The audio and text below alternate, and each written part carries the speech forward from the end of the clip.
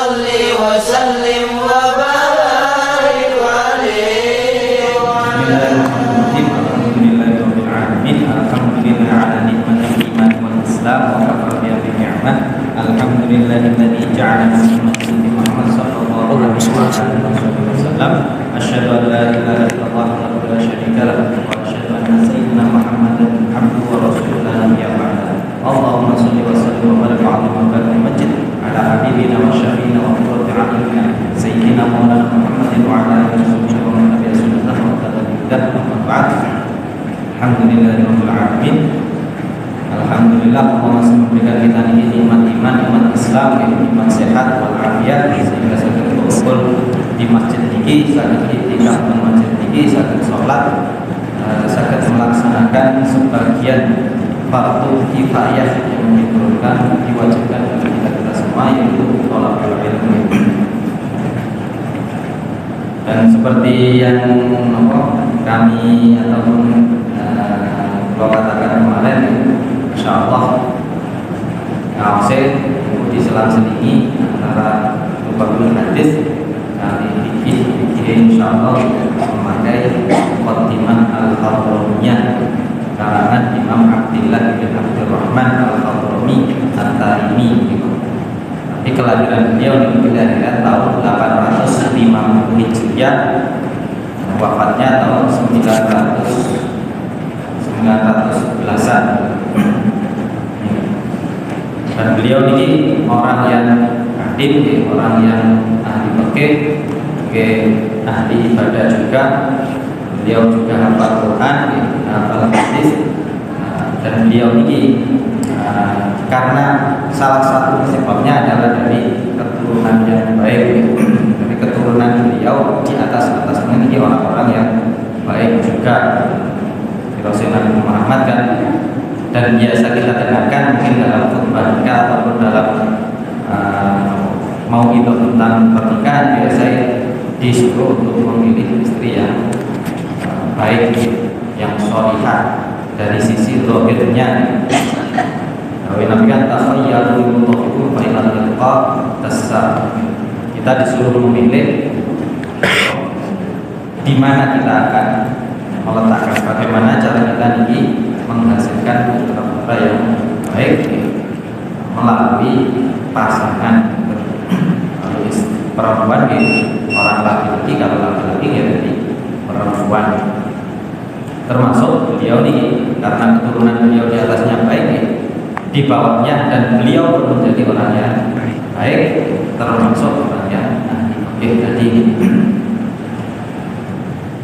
Dan kita mulai seperti permulaan yang biasa dikatakan oleh imam-imam kita sesuai dengan hadis Nabi, mayyuridillahu bihi khairan yufaqihu fiddin. Barang siapa yang dikehendaki oleh Allah itu kebaikan, maka oleh Allah akan diberi pemahaman tentang agama. Salah satu pemahaman tentang agama, bagaimana cara Allah ingin mengatur kehidupan kita, entah kehidupan beribadah ataupun kehidupan pergaulan kita, muamalah. Ini kan pasti ada hukum-hukum yang keterkaitan dengan diri kita ataupun apa yang kita kerjakan. Dan hal tersebut oleh ulama sudah dibukukan. Kalau zaman dulu misalkan niku harus membaca Al-Quran, harus diteliti terlebih dahulu, harus dilihat ini ayat berapa, ini menjelaskan tentang sholat, nanti hubungannya dengan ayat surat yang lain tentang sholat lagi, tentang wudu itu juga harus ayat ini dengan ayat yang lain. Kalau kita ini membaca Quran mulai awal sampai akhir, hadis-hadis Nabi pun dengan jumlah jutaan seperti itu sulit kan bagi kita untuk meneliti satu-satu, harus bersungguh-sungguh untuk melakukan hal tersebut. Karena kita ini bukan ahlinya, betul. Maka kewajiban itu adalah berada pada orang yang ahli seperti imam kita, Imam Syafi'i, Imam Mujtahid, Imam Syafi'i, Imam Malik, Imam Ibn Hanbal, Imam Abu Hanifah radhiyallahu anhu. Itu keseluruhan mereka kan mencurahkan tenaga, pikiran, dan waktu mereka untuk menggali hukum dari Al-Quran dan hadis, sehingga muncullah di zaman kita, di zaman setelah atau zaman beliau dan zaman setelahnya ini berada dalam satu pembahasan satu buku yang disebut ilmu fikih. Dan fikih ini kan mengatur tata cara kita ibadah, baik beribadah kita, muamalah kita ataupun yang lain. Terutama biasanya berhubungan dengan sah atau tidak, halal ataupun haram, boleh ataupun makruh misalkan, dan lain sebagainya. Termasuk kitab yang akan kita bahas lagi. Jadi kita ini limo NAI seperti dalam risalahnya Yai Hasyim Asy'ari kan, kewajiban bagi kita orang di zaman ini itu untuk berpegang pada salah satu dari 4 mazhab, karena kita bukan ahlinya, dia harus berpegangan pada salah satu dari 4 mazhab. Tapi harus kita pelajari. Seandainya kita ingin memasuki mazhab mana, itu harus kita pelajari dengan sungguh-sungguh. Wali Songo zaman dahulu menyebar Islam di Indonesia, ini menyebarkan Islam di mazhab Imam Syafi'i. Jadi rata-rata dan hampir keseluruhan orang Indonesia ini mazhab Syafi'i. Dan kitab-kitab yang dipelajari oleh ulama-ulama kita, ustaz-ustaz kita, santri-santri itu semuanya rata-rata adalah mazhab Syafi'i. Jadi tidak boleh keluar dari hal tersebut. Tenang sama seperti sholat, tidak boleh kita sholat tanpa wudu. Misalkan tidak boleh kita sholat dengan sembarangan, etan misalkan, menghadap selain kiblat. Tidak boleh kita sholat tanpa alas ataupun baju yang suci misalkan. Dan keseluruhan itu dibahas dalam kitab fikih. Rasulullah mulai Bismillahirrahmanirrahim. Alhamdulillahilladzi farada 'alaina ta'alluma syara'i'il Islam wa ma'rifata sahih mu'amalati maqasidiha li ta'rifil halal wal haram wa ja'ala ma'alaman 'alima dzalika wa 'amila bihi al-khulud fi daris salam. Rasulullah, segala puji bagi Allah yang telah menjadikan, memfardukan, mewajibkan bagi kita untuk belajar syariat Islam. Allah ini Rasulullah sudah memfardukan thalabul ilmi fardhatun ala kulli muslimin. Dalam hadis Rasulullah, mencari ilmu ini wajib bagi setiap muslim. Otomatis muslimah pun juga wajib mencari ilmu tentang apa-apa yang berhubungan dengan kehidupan mereka. Termasuk ketika kita akan sholat, ini kewajiban kita adalah belajar apapun yang hubungannya dengan sholat.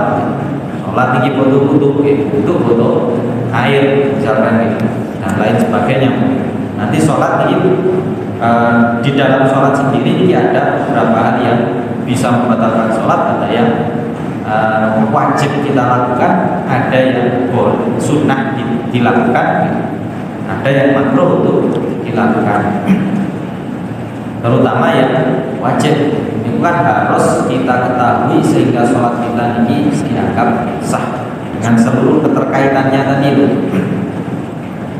Bahkan seandainya kita ini melakukan sholat tanpa pengetahuan, tanpa kita mencari tahu, mencari tahu pada ustadz tengkampung ataupun kepada teman kita yang sudah mengerti bagaimana hukum sholat. Seandainya kita ini baru belajar, seandainya belajar sholat, itu seandainya meskipun gerakan kita itu benar, meskipun bacaan kita itu benar, sholat sah, tapi kitanya sakit berdosa karena meninggalkan belajar, karena tidak mengetahui ini halal, ini wajib ataupun ini sunnah, ini boleh ditinggalkan ataupun ini wajib ditinggalkan, haram dilakukan.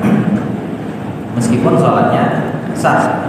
Misalkan misalkan ada orang yang baru masuk Islam, kemudian dia tidak mau belajar sampai sebulan 2 bulan tidak mau belajar, belajar kepada orang yang mengerti sholat. Dia hanya melihat gerakan orang sholat ini, ngeten dan lain sebagainya, sehingga di pikirannya itu menyatakan semua yang dilakukan oleh orang yang dilihatnya itu sholat itu adalah sesuatu yang wajib. Misalkan dia ini melihat orang tertentu diperhatikan terus, dia ini melihat orang tadi membaca Allahu Akbar, kemudian membaca doa iftitah, kemudian membaca a'udzubillahi. Misalkan dia tanpa belajar, dia hanya melihat saja, dia menyangka apa yang dibaca oleh orang tersebut itu adalah wajib dilakukan. Misalkan kemudian dia sholat, dari sisi itu sholatnya sah, tapi dia ini bisa berdosa gara-gara dia meninggalkan belajar tadi tentang apa yang dia kerjakan pada saat itu. Maka akan terus musonef memiliki wajib bagi kita belajar syariat Islam, terutama maksudnya adalah yang berhubungan dengan apa yang kita kerjakan. Kalau sholat, ketika kita sholat kita wajib belajar sholat. Kalau kita ini punya harta yang banyak, pada saat waktu harta kita bukan wajib zakat, tapi pada tahun berikutnya misalkan harta kita ini mencapai wajib zakat. Ketika mencapai zakat kita wajib untuk belajar. Ketika Ramadan itu kita wajib belajar tentang puasa. Seandainya kita masih belum tahu, ataupun anak kecil misalkan baru balik, dia itu juga langsung wajib belajar bagaimana tata cara puasa dan lain sebagainya. Kemudian wa ma'rifata sahihil muamalati wa fasidiyah, mengetahui tentang muamalah yang sahih ataupun muamalah yang fasid, mengetahui bagaimana tata cara muamalah jual beli, sewa menyewa dan lain sebagainya. Itu melalui kitab fikih juga. Bahkan dalam kitab fikih pun itu diatur bagaimana tata kelola negara, misalkan tata kelola daerah tentang kepemimpinan pun dibahas dalam kitab fikih. Jadi tidak bisa dipisahkan antara agama dan politik, betul. Dari sisi itu tidak bisa kita pisahkan. Tetap masih ada hubungan. Kalau kita nikah mau kan dibutuh negara. Mungkin negara ini langsung dapat aturan sendiri tanpa dia melihat aturan syariat. Kalau aturan syariat kan dia harus ada akadnya, harus ada saksi, harus ada wali, harus diucapkan sifat secara langsung. Tapi kalau aturan negara, hanya aturan negara saja, misalkan seperti di dunia barat, hanya butuh surat tanda tangan gitu saja sudah dianggap sah, misalkan, tanpa ada hal tersebut. Jadi tidak akan mungkin dipisahkan antara agama dan tata kelola pemerintahan.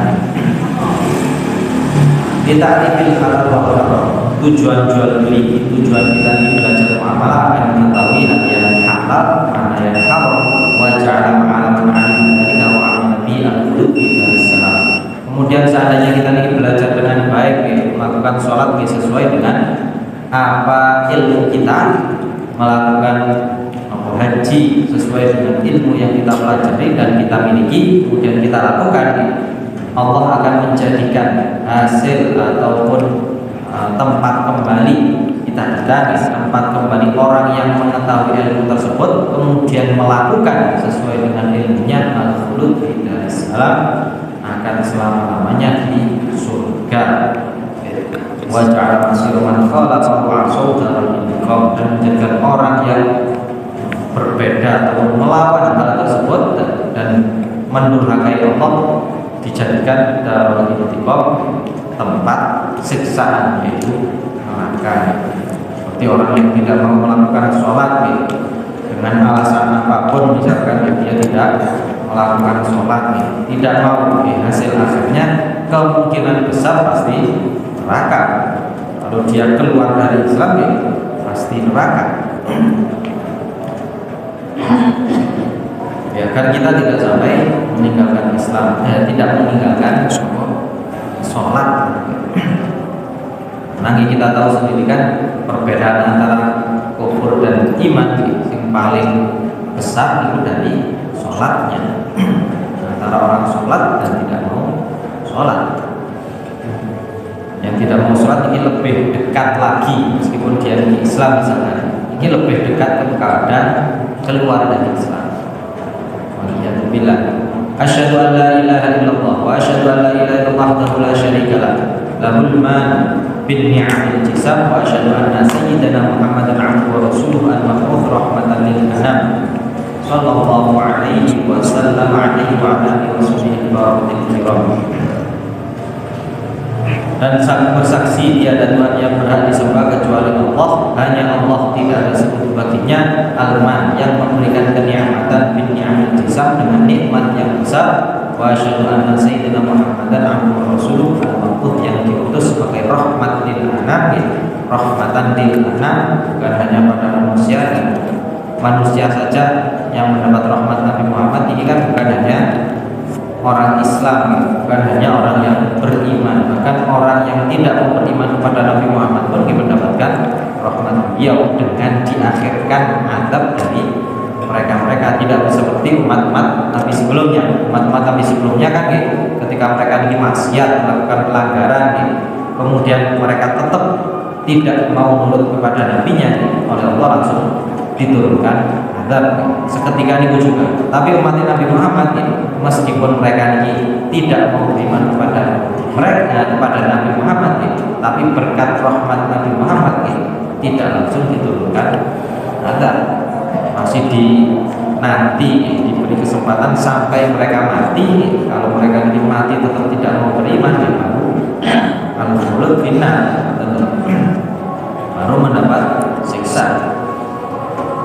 Tapi kalau umat terdahulu kan langsung. Ini maksudnya rahmatan lil anam, dengan Nabi ini membawa Islam kepada kita. Dan alhamdulillah kita ini diberi nikmat yang terbesar. Dan nikmat itu adalah bukan kewajiban Allah. Memberikan nikmat semacam itu bukan kewajiban Allah. Allah ini tidak wajib berbuat baik kepada manusia, bukan wajib. Dengan berdoa itu colok kewajiban, Allah ini tidak wajib mengabulkan doa kita. Colok kita sholat, Allah ini bukan wajib memberikan kita pahala. Tapi karena Allah itu sudah berjanji dalam Al-Quran, sing nglakoni ibadah innal ladzina amanu wa 'amilus sholihati falahum jannah, maka bagi mereka ini karena janji Allah ini sudah janji dan Allah tidak mungkin mengingkari janjinya. Jadi karena hal tersebut adalah janji Allah, maka Allah memberikan kita nikmat di dunia ini, nikmat iman, di akhirat ini nikmat masuk surga. Dan keseluruhan itu adalah min fadlihi, dari fadlnya Allah, bukan kewajiban Allah.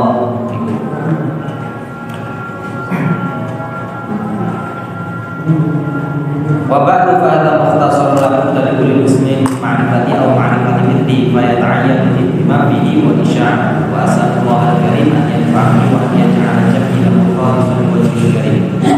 Dan ini kitab ini adalah mukhtasar, ringkasan yang setiap muslim ini wajib mengetahuinya ataupun mengetahui kitab-kitab yang sama dengan kitab ini yang membahas tentang hukum fikih yang ringkas.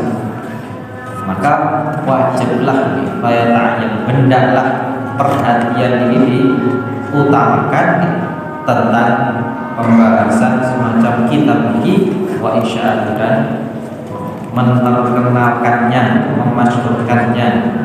Maka semoga Allah memberikan manfaat, menjadikan kitab ini sebagai ikhlas karena Allah Ta'ala. Kita boleh Nabi. Ketika kita ingin mengetahui ilmu, kewajiban kita untuk melakukan, agar jangan sampai kita ini salah melangkah dalam melakukannya. Ini adalah muqaddimah yang hendaknya muqaddimah ini tidak kita gunakan tetap kita baca yang mengandung banyak nasihat-nasihat dari Rasulnya, khususnya tentang khususnya tentang mencari ilmu, agar kehidupan kita di dunia ini sesuai dengan apa yang diatur oleh Allah.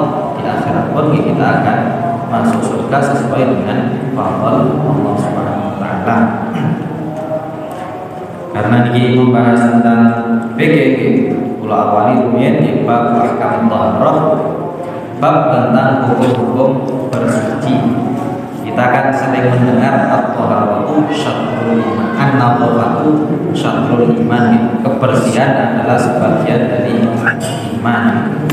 Niku Rasulullah, kebersihan sebagian dari iman. Yang dimaksud kebersihan itu adalah at-thaharah, bersuci. Bersuci ini baik bersuci dari najis, bersuci dari hadas itu hadas kecil ataupun hadas besar. Yang mana ketika kita di sholat pasti butuh untuk bersuci. Makanya kan bersuci ini separuh ataupun sebagian dari keimanan. Karena sholat kita pun tidak akan sah kecuali kita bersuci. Bersuci punya urut gitu. Itu sholat kita harus semacam ini.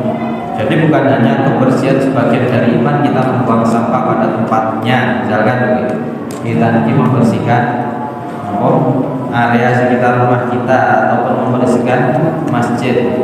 Bukan ini, tapi yang lebih penting, ini juga penting, tapi yang lebih penting adalah kebersihan yang dimaksud adalah bagaimana cara kita ingin bersuci. Yang bersuci ini dianggap sah sesuai dengan keterangan Al-Quran, Al-Hadis, sehingga sholat kita pun juga bisa sah. Bukan hanya sholat, yang lain pun semacam itu. Dan taharah niki di Rasulullah yang la yasihu raful hadas wa la izalatu najas illa bima yusamma ma'a. Yang namanya taharah kita kan sudah tahu taharah tadi niku butuh ataupun kita niki membasuh najis misalkan. Dan untuk berwudu kita butuh alatnya. Alatnya adalah air. Maka imam-imam kita, Imam Syafi'i pun niku memulai kitab fikih beliau niku dengan bab yang membahas tentang air. Yang pertama, kita niki menghilangkan hadas, mengangkat hadas ketika kita kentut, kencing, buang kotoran ataupun tersentuh ataupun menyentuh orang yang bisa batal wudunya ataupun izalatun najas, kita ini menghilangkan najis, kita ini istinja misalkan. Ini pun tidak bisa sah kecuali dengan mayusamma apa yang dinamakan air. Jadi harus dengan air. Kita wudu pun harus dengan air. Kita istinja butuh air. Yang alhamdulillah di Indonesia kaya akan air, banyak air ini. Malam ini alhamdulillah sama sekali corok air mudah untuk kita dapatkan. Meskipun sebagian membayar, tapi kan mudah untuk didapatkan. Bukan terlalu mahal teman di Indonesia semacam ini.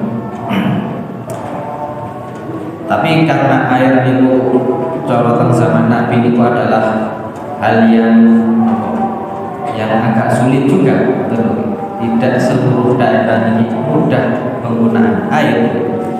Maka dalam penggunaan air pun dalam syariat kita tidak boleh berlebihan. Tetap meskipun kita di Indonesia semacam ini banyak air, penggunaan air harus secukupnya. Itu aturan syariat yang digunakan oleh aturan negara, misalkan yang digunakan oleh aturan umum harus hemat air agar persediaan air ini terjaga. Itu pada dasarnya aturan syariat wala muslimu. Jadi karena yang dinamakan air itu adalah air kalau saya dalam kitab lain itu air adalah air itu kan ada air mutlak, air yang boleh kita gunakan itu air mutlak. Nazalat nasama wa manaba minal ardh, air yang turun dari langit dan air yang bersumber dari tanah. Itu semuanya disebut air, dan air-air tersebut itu pada dasarnya adalah air yang boleh kita gunakan untuk toharo. Contoh yang dari langit di hujan, embun misalkan, kemudian salju atau bahkan es misalkan, yang dari tanah banyak kan, sumber sumur air sungai kan dari sumber keseluruhan dan air-air itu umumnya hal yang paling halal. Kayak hujan dan hujan ini seandainya kita menampung pada wadah tertentu, air ini air paling halal kasarannya. Jadi tidak boleh kita mengatakan kalau banyak sing halal deh dunia ini, padahal masih ada hujan, masih ada sungai. Sungai tidak boleh dimiliki oleh siapapun, hujan pun tidak mungkin dikuasai oleh segelintir orang. Jadi ketika kita tohar pun harus butuh air, dan air tersebut harus air yang mutlak. Maka fa'in tahayyar ta'u awlahu awriyakum tahayyuran fahishan bihaitu la yusamma ma'an melapan bimu khalidat tohirin yastadun ma'akum lam tasihat toharroh.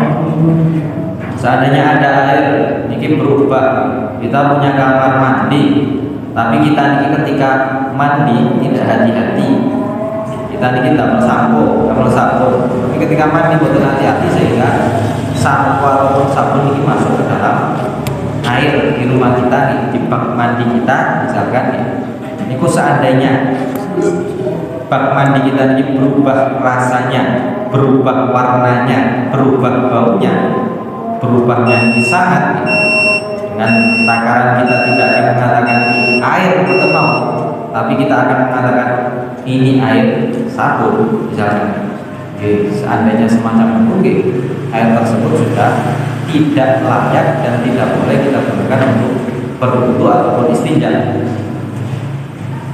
Contoh biasanya ini orang ketika mandi itu kan sampuan kali sabunnya. Niku kalau dia membasuhnya betul hati-hati, niku air sabunnya akan masuk ke dalam bak mandinya. Biasanya ketika matur sampuan kali sabun lengkap, dia langsung ambil gayung, nyimbuknya tadi, air otomatis kan mengalir, kemudian dia langsung mengambil air lagi. Niki seandainya air ini mengalir ke tangan sampai kemudian jatuh ke bak mandi, kalau bak mandinya berubah, ya tidak bisa kita gunakan untuk bersuci mandi. Jadi kayak hati-hati, seandainya kita mensapu ya, tangan kita dibasuh terlebih dahulu, misalkan tangan sebelah kanan, agar jangan sampai sabun ini masuk ke bak mandi tadi, sehingga tidak merubah posisi air yang seharusnya mutlak menjadi air yang tidak boleh digunakan. Jadi yang boleh digunakan tadi itu air murni, pada dasarnya air yang jernih. Jika kita katakan air dipindah ke wadah mawon, kita katakan air. Berbeda dengan air yang sudah tercampur, meskipun tercampur dengan barang yang suci, dengan dalam kopi dicampur air, kan kita tidak akan mengatakan itu air. Tapi mungkin kalau ada air, kita akan mengatakan air kopi gitu. Kalau kita campur teh, air teh. Kita campur sabun, kita katakan air sabun dan lain sebagainya. Air-air semacam itu tidak bisa kita gunakan untuk suci. Bahkan seandainya ada pohon ini ditebang, kemudian keluar airnya. Kalau airnya ini memang bersumber dari pohonnya, tidak bisa kita gunakan untuk bersuci. Kalau digunakan minum, mungkin mau saja, tapi untuk bersuci. Di air tadi ini air yang bening pada dasarnya adalah air bening. Tadi ini air yang bisa kita gunakan untuk bersuci. Nah, sahabat Rasulullah SAW ini watahayul atak diri kata tahayul al-isi para wafafi ma'umatin adalah diromullah dimana satu sifat ataupun berubahnya itu kira-kira saja. Seperti kita ini kalau dalam ulama ini ada air mawar ini kan air, tetap air, ataupun air teh, kita kita biarkan lama sehingga air teh tersebut warnanya hilang, bau tehnya hilang, rasa tehnya hilang. Seandainya kita punya satu cebok gayung air, kemudian air satu gelasnya aslinya air teh tapi sifatnya sudah bening, tidak ada rasanya, kita masukkan ke gayung tadi, maka air di gayung tadi tidak boleh kita gunakan untuk maksudnya semacam itu. Itu seandainya berubah dengan sangat. Tapi seandainya berubahnya sedikit, walayatu tahwirun yasirun layak namis nama, tidak berbahaya berubahnya air ini sedikit yang tidak sampai kita mengatakan itu bukan air. Misalkan tadi kita ini kecampuran air dalam satu jeding, kecampuran kemasukan sabun. Ketika kita ambil air ini masih belum berubah, kita ambil ini masih bening. Kalau kita lihat di bawahnya mungkin agak keruh sedikit. Seandainya semacam itu mungkin masih bisa kita gunakan untuk bersuci. Mungkin nanti selain tanah, kayak masjid ini kan ada ini kayak tanah nanti anunya berbeda. Jadi terus soalnya kalau itu tatwirul muktin wa turabin wa ma fi maqarri wa mali wa la mujarrid ka'udin mutubin wa la mufin ma'in wa la muwalqin tanatara bisyajar.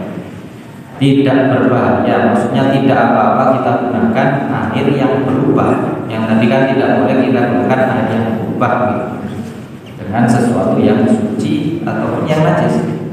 Tapi seandainya air tadi itu berubah gara-gara diam, kita punya air, kita taruh di ember, kita diamkan sampai seminggu, 1 bulan, setahun sehingga berubah banyak lumutnya, jadi agak hijau misalnya. Karena air ini ada dasarnya suci, boleh kita gunakan. Atau air ini berubah gara-gara debu, misalkan obat itu berubah gara-gara banyak orang memasukkan kaki dengan, tapi yang merubah adalah debunya, misalkan dari sisi itu tidak bisa dikatakan najis.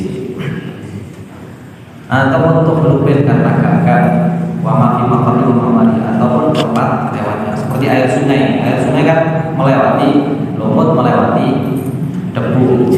Pada dasarnya melewati tanah, airnya di kotor, airnya di coklat.